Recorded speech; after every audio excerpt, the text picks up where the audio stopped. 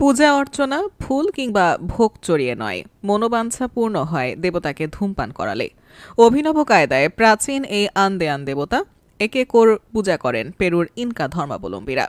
ঐতিহ্যবাহী পোশাক পরিয়ে হাতে প্রতীকী টাকা গুজে বাদ্যবাজনা ও নাচের মাধ্যমে করা হয় প্রার্থনা।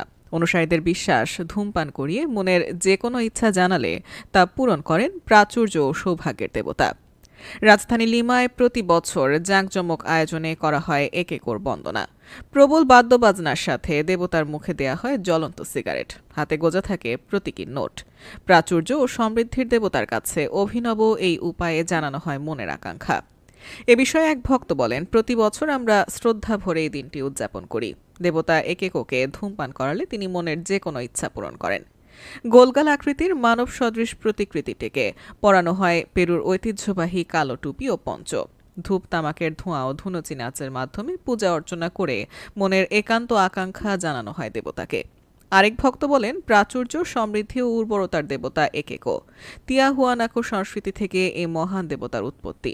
আমরা বিশ্বাস করি একনিষ্ঠ মনে করা যে কোনো চাওয়া পূরণ করেন তিনি। ফুলের পাপড়ি ছিটিয়ে শুভ লক্ষণ, সৌভাগ্য ও সুখ জীবনের প্রত্যাশায় পূজিত হয় একেকো। অনুসারীদের বিশ্বাস, শুদ্ধ মনে চাওয়া সকল মনোবাসনাই পূর্ণ করবেন পরমেশ্বর।